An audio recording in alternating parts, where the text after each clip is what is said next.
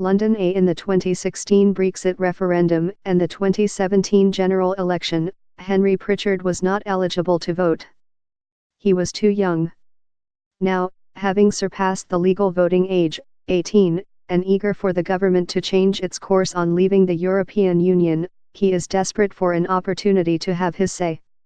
With Prime Minister Theresa May departing and the October 31 Brexit deadline looming, choosing the country's next leader is one of the most important decisions in a generation or more to confront Britons. But in the coming week's election, Mr. Pritchard once again finds himself excluded.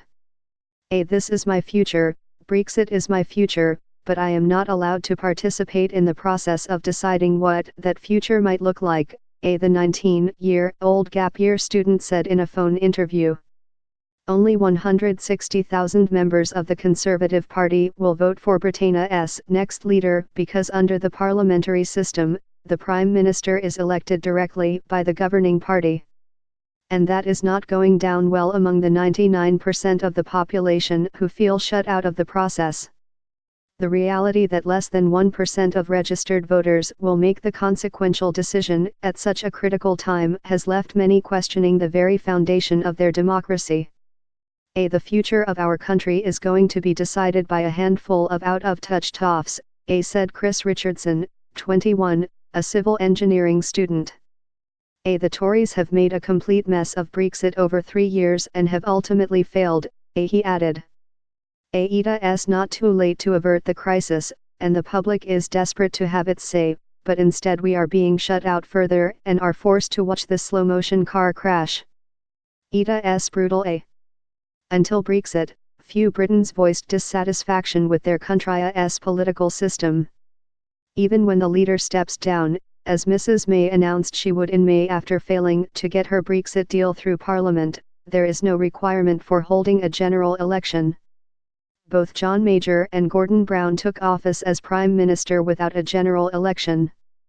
Most galling for many is that the decision lies with the Tories, whose party members are determined to have Brexit delivered by October 31 at any cost. That view has been rejected by the majority of the population but trumpeted by Boris Johnson, the front-runner in the Prime Minister's race with a 48-point lead, according to a recent YouGov poll. But despite the dissatisfaction, few people are calling for the Prime Minister to be elected directly. Members of Parliament electing a Prime Minister is a central part of parliamentary democracy, so even if the system could be changed it would fundamentally undermine the principle of parliamentary confidence, said Owen Winter, the director of Make Votes Matter, a political group that campaigns for proportional representation. The current leadership contest, however, has resulted in greater awareness of how unrepresentative the House of Commons is. The share of seats each party gets does not match the share of votes it receives, which has resulted in more people including Conservative Party members calling for an overhaul of the first-past-the-post voting system. Critics say it favors larger political parties, which have a larger geographical base. The Conservative Party lost its parliamentary majority in the 2017 general election, but struck a deal with Northern Ireland's Democratic Unionist Party to support Mrs. May on certain issues in exchange for financial support. The new Prime Minister will have a majority in the House of Commons despite the Conservatives and DUP winning only 43% of the vote in 2017, Mr. Winter said. If Parliament genuinely represented how people voted, the issue of an internal leadership election would be far less problematic, because the new leader would still have to win the support of MPs from multiple parties, representing a majority of voters. Having overwhelmingly voted to remain in the European Union, young Britons feel increasingly alienated and ignored by politicians during the Brexit process and the selection of the next Prime Minister. Most politicians don a campaign directly towards young people simply because of low youth voter turnout, making it not worth their effort, which results in young people's concerns not being listened to, said Oscar Redgrave, 17, who started a pro-European Union campaign group for youths in Shropshire, in Midwest England. It's really important that young people are listened to, he added, A because we will have to live with certain policy and other decisions like Brexit for the longest. A. Even pro-Brexit youths are feeling left out.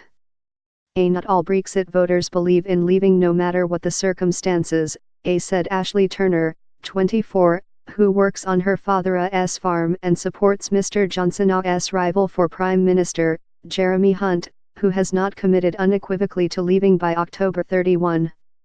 While Ms. Turner favours leaving, she worries that a no-deal Brexit would be a disaster for British agriculture and possibly ruin her family's business.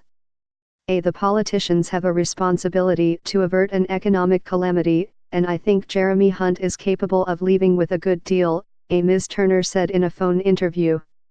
A. But what does our opinion matter when we don't even get a vote? It's a weird kind of democracy we live in. A. Even though Mr. Johnson is pledging to meet the Brexit deadline, many people doubt that he can manage it in the face of a recalcitrant parliament. That could lead to a no-confidence vote and a general election, many analysts say, but it is not clear that the public supports that outcome, either. A. The two most popular options are either leaving without a deal or having another referendum and changing our minds, A. Britannia's leading polling expert, John Curtis, a professor of politics at the University of Strathclyde, said in an interview. Among the public, Mr. Johnson and Mr. Hunt are running neck and neck, according to the Ipsos/Mori, a widely respected pollster. But Terry Grossman, 43, a member of the opposition Labour Party who lives in London, dismissed the Tory leadership contest as a waste of time, saying that it only made the prospect of leaving by the October deadline less realistic. The campaigning is a joke, Mr. Grossman said, scoffing at a West London pub on Friday. We are in the middle of a national crisis over Brexit, and they are putting things like fox hunting back on the agenda to appeal to the few thousand elites who will vote for them. Betty Logan, a 34-year-old trainee nurse, also dismissed the leadership campaign as an exercise in futility. It took Theresa May 3 years to try and figure it out, and she failed, said Ms. Logan, who added that she would consider moving abroad with her family if Britain left the European Union without a deal. How on earth is a backtracking buffoon like Boris going to deliver this in 3 months? It's not going to happen. We need another referendum. In the latest What UK Thinks poll of polls, an average of the 6 most recent polls on Brexit, Britain remains about as evenly divided now as it was 3 years ago, a state of affairs that most say is agonizing and destructive. I think the worst thing for this country is this deadlock over Brexit, because other important issues are being neglected, said Melissa Logan, Betcha Logana's sister. I voted to remain, but we can't keep living in limbo. If it's going to be a no deal, then so be it. At least we will be moving forward.